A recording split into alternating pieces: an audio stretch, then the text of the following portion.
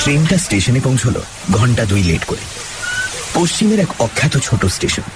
বন্ধু সত্রাজিতের আমন্ত্রণে এসেছি। অঞ্চলটার মাটির তলায় নাকি প্রচুর খনিজ সম্পদ থাকবার সম্ভাবনা। একটা ব্যবসায়ী প্রতিষ্ঠানের তরফ থেকে গ্রাউন্ড ইঞ্জিনিয়ার সত্রাজিৎ সেন এখানে এসেছে জায়গাটা পরীক্ষা করে দেখতে, আর এসেই আমাকে পত্রাঘাত। ওর এখানে কদিন কাটিয়ে যাবার জন্য। স্টেশন থেকে ওর বাসস্থান মাইল 5 দূরে। স্টেশন থেকে বেরিয়ে আধ মাইলটাকে এগিয়ে গেলে পড়বে কৃতান্তপুরের জঙ্গল। ওই জঙ্গল পেরিয়ে আরো মাইলখানেক গেলে টন্টনিয়া নামে এক ছোট্ট আদিবাসী গ্রাম। সেই গ্রামে তাঁবু খাটিয়ে সত্রাজিৎ তার ভূমি পরীক্ষার প্রাথমিক কাজকর্মগুলো করছে। এইসব খবর অবশ্য ওর চিঠি থেকেই আমি জানতে পেরেছি। স্টেশন এলাকা থেকে বেরিয়ে এলাম। বৈশাখের অপরাহ্ন।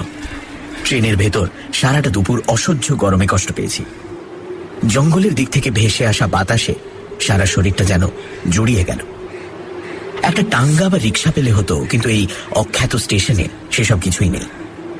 একখানা গরুর গাড়ির দেখা পাওয়া গেল বটে, কিন্তু গাড়োয়ান কিছুতেই কৃতান্তপুরের জঙ্গল পেরিয়ে টন্টনিয়া যেতে রাজি হল না।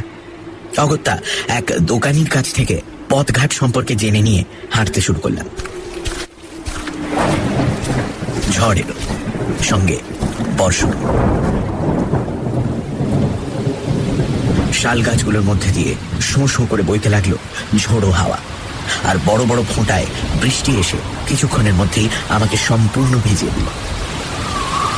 জঙ্গলের ভেতর ঝড়ের আগমনের এক নিজস্ব ভয়ঙ্কর সৌন্দর্য আছে, কিন্তু সেই সৌন্দর্য উপভোগ করার মতো সময় আর মানসিকতা কোনোটাই আমার ছিল না। আমি তখন ব্যস্ত হয়ে পড়েছিলাম একটা আশ্রয়ের খোঁজে, কেননা আমি বেশ বুঝতে পেরেছিলাম যে জঙ্গলের ভেতর পথ হারিয়ে ফেলেছি। কিন্তু ওই ঝড় বৃষ্টির মধ্যে আশ্রয়ের খোঁজে এগিয়ে যাওয়া তো সম্ভব নয়। একটা বড় অর্জুন গাছের তলায় দাঁড়ালাম। এরই মধ্যে নিজেকে যতদূর সম্ভব ঝড় বৃষ্টির হাত থেকে বাঁচাতে হবে। আধ ঘন্টা কেটে গেল, কিন্তু ঝড় বৃষ্টি থামার কোনো লক্ষণ দেখা গেল না। বৈশাখী সন্ধ্যায় আমার বৃষ্টি স্নাত শরীরটা তখন শীতে কাঁপছে।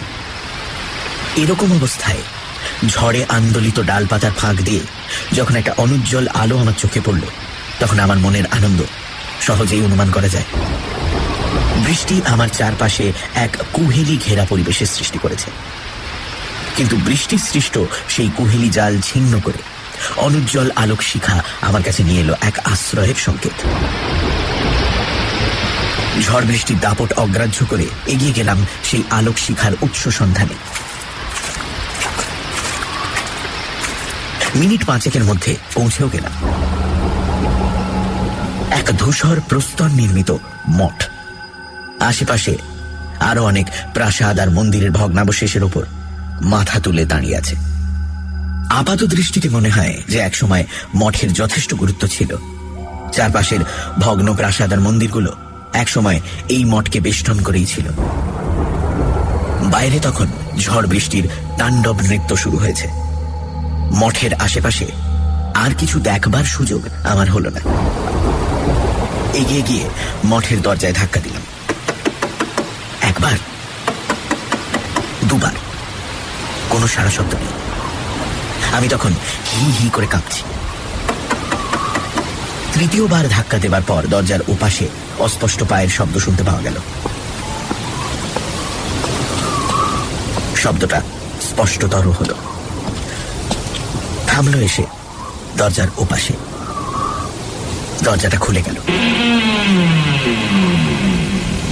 আর আমি হলাম এক বিচিত্র মূর্তির মুখোমুখি। মূর্তির হাতে লণ্ঠনেই আমি তার চেহারা দেখতে পেলাম। লম্বা রোগা চেহারা, গায়ে রক্ত লাল রঙের আলখাল্লা নেমে এসেছে প্রায় পায়ের গোড়ালি পর্যন্ত। মাথায় লম্বা লম্বা চুল, মেয়েদের মতো মাঝখানে সিঁথি। লম্বা চুলের গোছা মাথা থেকে নেমে কাঁধ ছাড়িয়ে দেহের ওপর ঝুলে লটপট করছে। মুখে আবক্ষ ছুঁচলো দাড়ি, চোখে তীক্ষ্ণ সতর্ক দৃষ্টি। কি প্রয়োজন? মূর্তির গলার স্বর শুনে অবাক হলাম।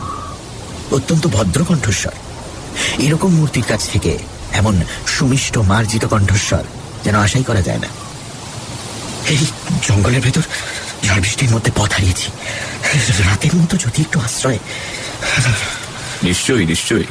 মূর্তি আমাকে কথা শেষ করতে দিল না। আসুন আসুন, ভেতরে আসুন। একেবারে যে ভিজে গেছেন। মূর্তির পিছু পিছু ঢুকলাম মঠের মধ্যে। এই ঝোড়ো অমাবস্যার রাতে কৃতান্তপুরের জঙ্গল দিয়ে কোথায় যাচ্ছিলেন? অতি বড় দুঃসাহসীও তো এ সাহস করে না। যাচ্ছিলাম টনটনিয়ায়। টনটনিয়ায়? কেন? আমার এক বন্ধু ওখানে চাকরি করতে এসেছে, ওর আমন্ত্রণেই যাচ্ছিলাম। বন্ধু স্টেশনে থাকবার কথা ছিল, কিন্তু স্টেশনে তাকে দেখতে পেলেন না, তাই তো? আপনার বন্ধু বুদ্ধিমানের কাজই করেছেন। এই ভরা অমাবস্যার রাতে কেউ কৃতান্তপুরের জঙ্গল দিয়ে যাতায়াত করে না। এই খবরটা উনি আপনাকে জানালে আরো বুদ্ধিমানের কাজ করতেন। কথা বলতে বলতে আমরা মঠের ভেতর দিকে যাচ্ছিলাম। মূর্তি কিছুক্ষণ নীরব রইল, তারপর একটু মৃদু হেসে বলল, যাক সে কথা, এবার আমার পরিচয় দিই। আমি হচ্ছি এই মঠের মহান্ত ভৈরব প্রাণান্তক। মঠের অন্যান্যদের পক্ষ থেকে, আমার নিজের পক্ষ থেকে তো বটেই, আপনাকে সাদরে এ মঠে রাত্রিবাস করবার আমন্ত্রণ জানাচ্ছি। একটা হল ঘরের মধ্যে দিয়ে আমরা যাচ্ছিলাম। মহান্ত হাততালি দিলেন। সঙ্গে সঙ্গে সেই ঘরের কোণের অন্ধকার ফুঁড়ে বেরিয়ে এলো আরেক মূর্তি। এর পোশাক পরিচ্ছদ প্রথম মূর্তিরই অনুরূপ, তবে গায়ের আলখাল্লাটা রক্ত লাল নয়, ধূসর। ইনি হচ্ছেন ব্রহ্মচারী জীবান্তক। ইনি আপনার দেখাশোনা করবেন। এর সঙ্গে যান। আমি এখন যাচ্ছি, একটু জরুরি প্রয়োজন আছে, পরে আবার দেখা হবে। ঘরের কোণের অন্ধকারের দিকে চলে গেলেন মহান্ত। মহান্তকে ধন্যবাদ জানিয়ে আমি চললাম জীবান্তকের পিছু পিছু। হলঘর পেরিয়ে একটা ঢাকা বারান্দা, তার এক পাশ দিয়ে উঠে গেছে একটা পাথরের সিঁড়ি। জীবান্তকের পিছু পিছু উঠতে লাগলাম। ওর হাতের লণ্ঠন দেওয়ালের গায়ে কেমন সব অদ্ভুত ছায়া ফেলতে লাগলো। এ মঠ নিশ্চয় পুরনো। আশেপাশে যে সমস্ত প্রাসাদ আর মন্দিরে মঠের সমকালে তৈরি হয়েছিল, তা সবই কালের কবলে পড়ে ভেঙে চলে গেছে। সেগুলো এখন সংস্কারেরও অযোগ্য। দোতলায় উঠলাম। ডান পাশের বারান্দা ধরে খানিকটা এগিয়ে একটা ঘরের সামনে থামলাম। ব্রহ্মচারী দরজা খুলল। ভেতরে এলাম দুজনে। চমৎকার সাজানো গোছানো ঘর। ঘন জঙ্গলের মাঝখানে এক নির্জন পুরনো মঠে যে এমন একখানা ঘর থাকতে পারে তা বিশ্বাসই হতে চায় না। ঘরের দরজা জানলায় লাল রঙের দামি পর্দা। এক পাশে একখানা দামি মাহাগনি কাঠের সিঙ্গল খাট। বিছানার ওপর চাদরটা টকটকে লাল রঙের। ঘরের ভেতরে আলনা, আলমারি ইত্যাদি আসবাবপত্র সাবেকি ধরনের হলেও অত্যন্ত দামি। ঘন জঙ্গলের ভেতর এ এক অভাবনীয় রাজকীয় ব্যবস্থা। এক পাশের দেওয়ালে ভৈরব প্রাণান্তকের পূর্ণাবয়ব তৈলচিত্র, অন্য পাশের দেওয়ালে এক বিভৎস মূর্তির ছবি। ছবির দিকে তাকালে গায়ের রক্ত যেন আতঙ্কে হিম হয়ে আসে। দুনিয়ার সমস্ত অমঙ্গল যেন রূপ পেয়েছে এই বিভৎস আতঙ্ককর ছবির মধ্যে। কোন ধর্মীয় মঠে এরকম ছবি একেবারেই বেমানা। আলমারি খুলে ব্রহ্মচারী আমার জন্য এক প্রস্ত পোশাক নিয়ে এলো। ধূসর রঙের আলখাল্লা আর লুঙ্গির মতো এক টুকরো কাপড়। কৌতূহলী হয়ে জিজ্ঞাসা করলাম, আচ্ছা এটা কার ছবি? ব্রহ্মচারী কোনো জবাব দিল না। আপনারা কোন সম্প্রদায়ভুক্ত? যথাসময়ে স্বয়ং মহান্ত মহারাম আপনার কৌতূহলে নিবৃত্তি করবেন। আমি বাইরে অপেক্ষা করছি। আপনার কোনো প্রয়োজন হলে ঘণ্টার ধ্বনি করবেন, আমি আসব। স্বল্প বাক ব্রহ্মচারী ঘর থেকে বেরিয়ে গেল। যাবার সময় হাতের লণ্ঠনটা রেখে গেল টেবিলের ওপর। পথশ্রমে বেশ ক্লান্ত হয়ে পড়েছিলাম। ভাবলাম একটু ঘুমিয়ে নিই, কিন্তু বৃথা চেষ্টা। দেহ মন ক্লান্ত, কিন্তু তবুও ঘুম এলো না। চুপ করে শুয়ে রইলাম। বেশ কিছুক্ষণ কেটে গেল। ঢং ঢং করে দুবার ঘণ্টার ধ্বনি হল। নিঃশব্দে ঘরে ঢুকল ব্রহ্মচারী জীবান্তক। তারপর আমার কাছে এগিয়ে এসে মৃদু স্বরে বলল, মহান্ত মহারাজ আপনাকে ভোজন কক্ষে স্মরণ করছেন, আসুন। জীবান্তকের পিছু পিছু সিঁড়ির দিকে এগোলাম। সেই বৃষ্টি ঝরা রাতে নৈশ ভোজের স্মৃতি চিরকাল আমার মনে থাকবে। জীবান্তকের পিছু পিছু ভোজন কক্ষে এলাম। সুসজ্জিত বিরাট ভোজন কক্ষ। দরজা জানলায় দামি রক্তরাঙা পর্দা। দেওয়ালে মশালদানিতে বহু মশাল জ্বলছে। তারই আলোয় বিরাট ভোজন কক্ষ যেন দিনের মতোই উজ্জ্বল। একপাশে দেওয়াল জুড়ে রয়েছে আমার আগের দেখা সেই ভয়ঙ্কর বিভৎস মূর্তির বিরাট তৈলচিত্র। তাছাড়া রয়েছে অদ্ভুত সব চক্র আর তান্ত্রিক যন্ত্রের ছবি।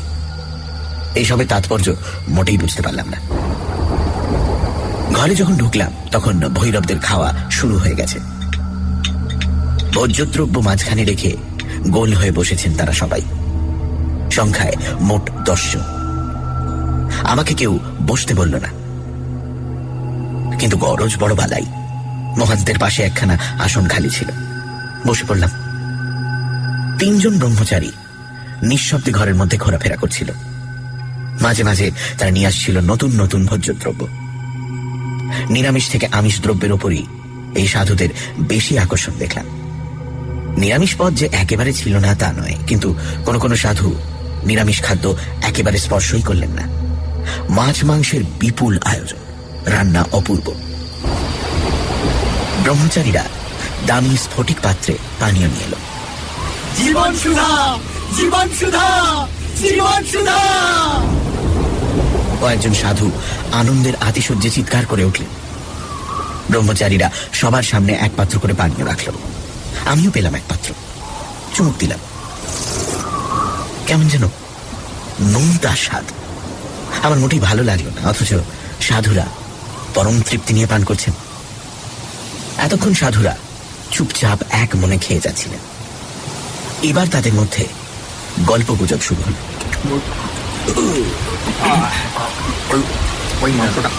আসন ছেড়ে কেউ উঠলেন না।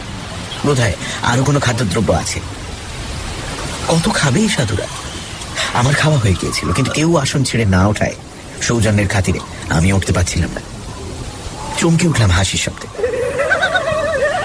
সাধুরা হাসছে।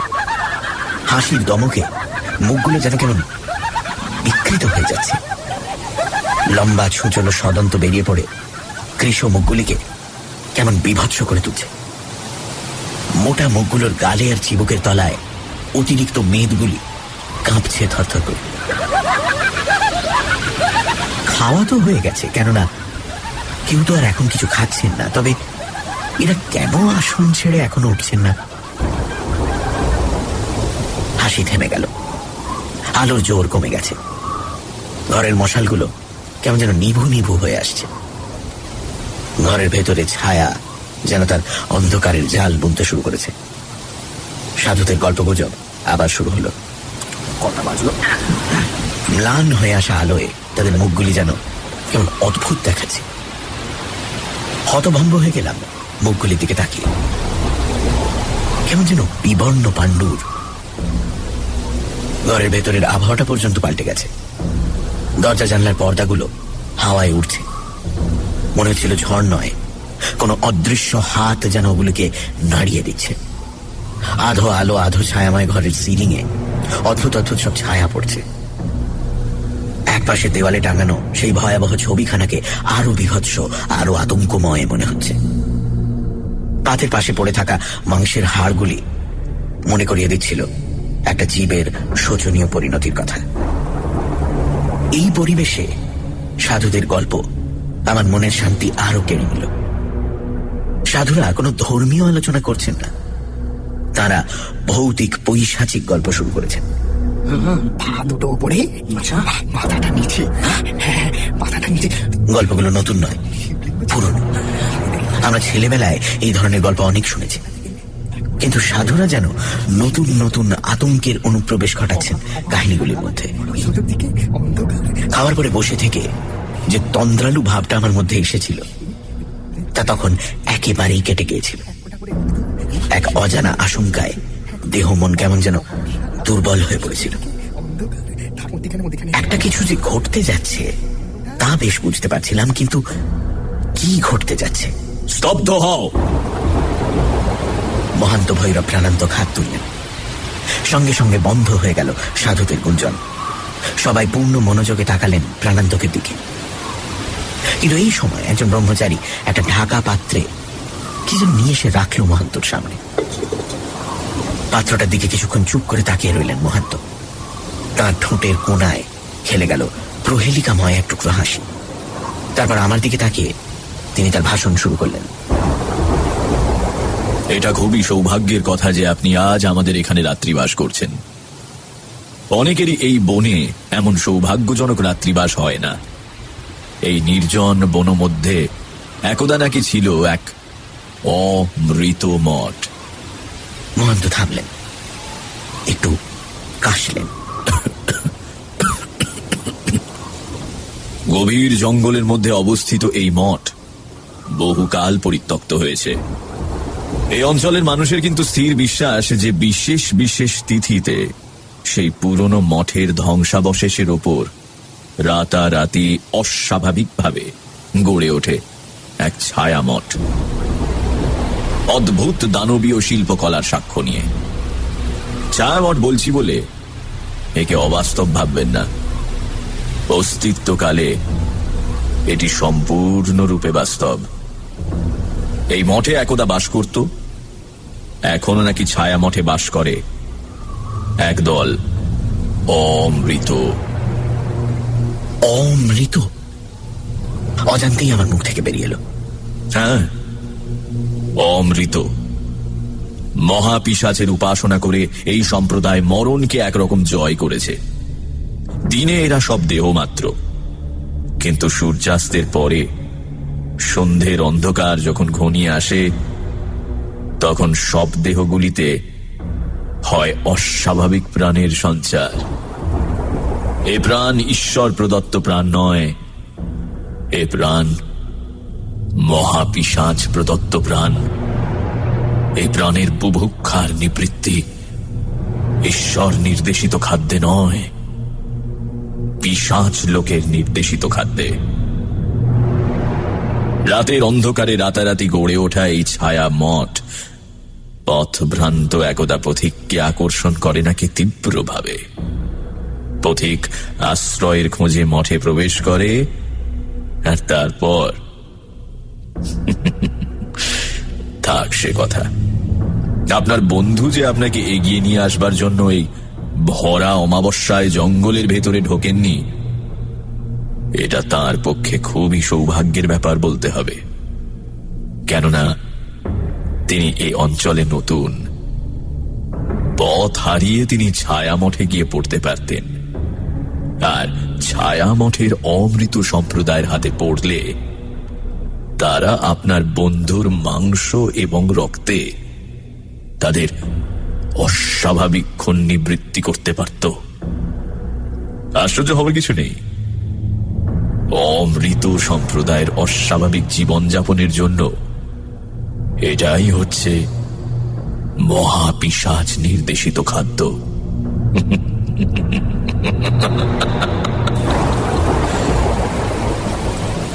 সেই রহস্যময় পরিবেশে, সেই স্তিমিত প্রদীপ ভোজন গৃহে প্রাণান্তকের গলার স্বর কেমন যেন অদ্ভুত শোনাচ্ছিল।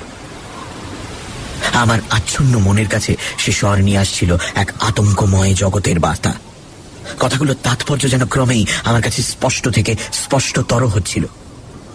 পথ হারা পথিক, অমৃত মঠ, অদ্ভুত সাপ খেলানো সুরে মন্ত্রপাঠ, গভীর জঙ্গলে রাজকীয় ঐশ্বর্য, আমার দিকে তাকিয়ে থাকা সাধুদের বিবর্ণ পাণ্ডুর অথচ লোভাতুর মুখগুলো।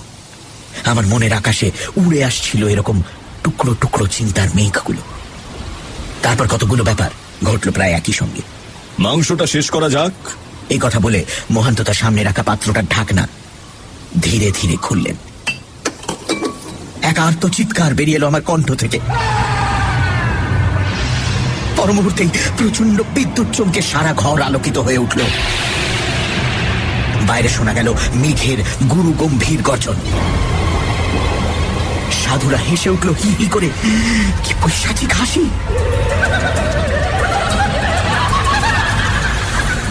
নরকের অন্ধকার পাতাল গহ্বর থেকে এ হাসি ভেসে আসছে। আমার চোখের সামনে নেমে এলো নিরন্ধ্র অন্ধকারের এক কালো জবনিকা। আমি জ্ঞান হারালাম। যখন জ্ঞান ফিরল, দেখলাম এক কাদা ভরা গর্তের মধ্যে পড়ে আছি। রাতের প্রবল বর্ষণের আক্রমণে সারা দেহ আমার ভিজে গেছে। ধূসর পোশাকের ওপর পড়েছে পুরু কাদার প্রলেপ।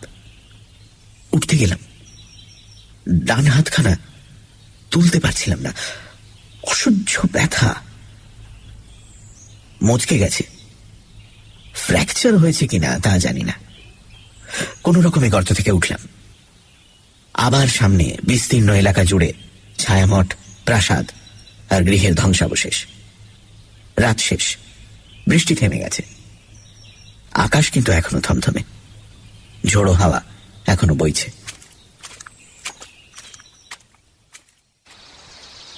বিধ্বস্ত শরীরটাকে নিয়ে কোন রকমে এগোলাম টনটনিয়ার দিকে। সত্রাজিতের ক্যাম্পের সামনে যখন পৌঁছলাম, তখন আমি ভুল বকছি। কিন্তু সেখানে গিয়ে বেয়ারার কাছে যা শুনলাম, তাতে আমি উন্মাদের মতো হয়ে গেলাম।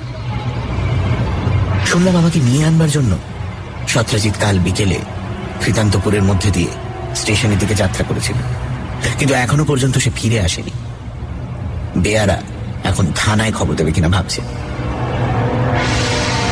সেই রাতের কথা কোনোদিন আমি ভুলব না। সেই ছায়ামঠ, সেই মন্ত্রপাঠ, প্রাণান্তক, জীবান্তক, ভোজনরত অমৃত সম্প্রদায়ের অন্যান্য ভৈরব এবং ব্রহ্মচারী শয়নে, স্বপনে, তন্দ্রায়, জাগরণে কখনোই ভয়ঙ্কর স্মৃতির কবর থেকে আমি মুক্ত হতে পারছি না। ভগবানের কাছে